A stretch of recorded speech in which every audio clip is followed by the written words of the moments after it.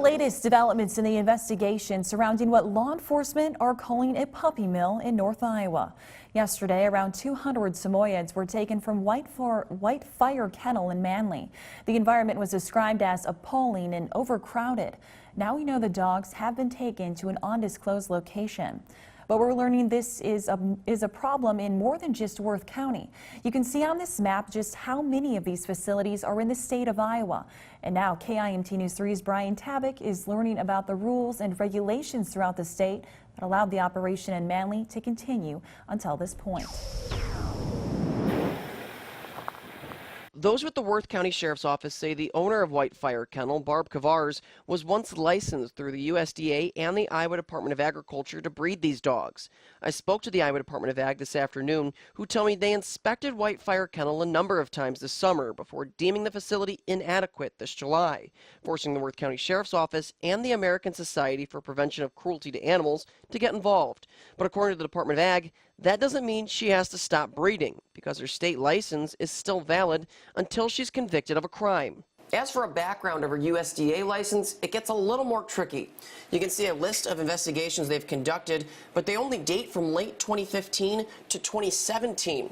And when I called them this afternoon to try and get more information, they told me I had to fill out a Freedom of Information Act, or FOIA, which means it could take a long time for us to get the information we're looking for. But state representatives say this isn't a new issue.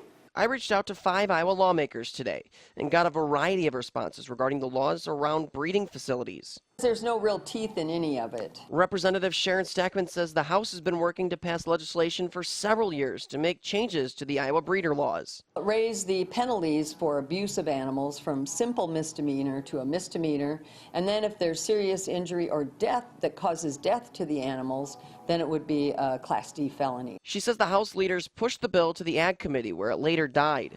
We reached out to a few other elected officials who actually represent this area. Senator Waylon Brown says he's not knowledgeable on the Iowa breeder law, and State Representative Jane Bloomingdale is out of town. Both declined to do interviews.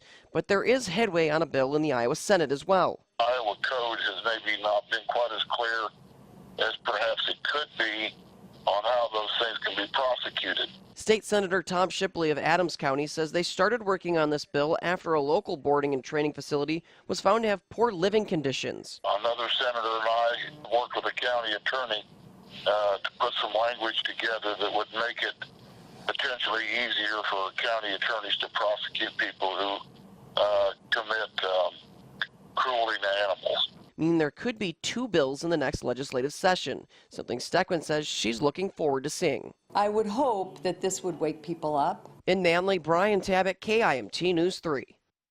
Those with the Worth County Sheriff's Office say they will not be facing charges against Kavars until after they collect all of the evidence and assess the dogs. Each of the schools in the Rochester Public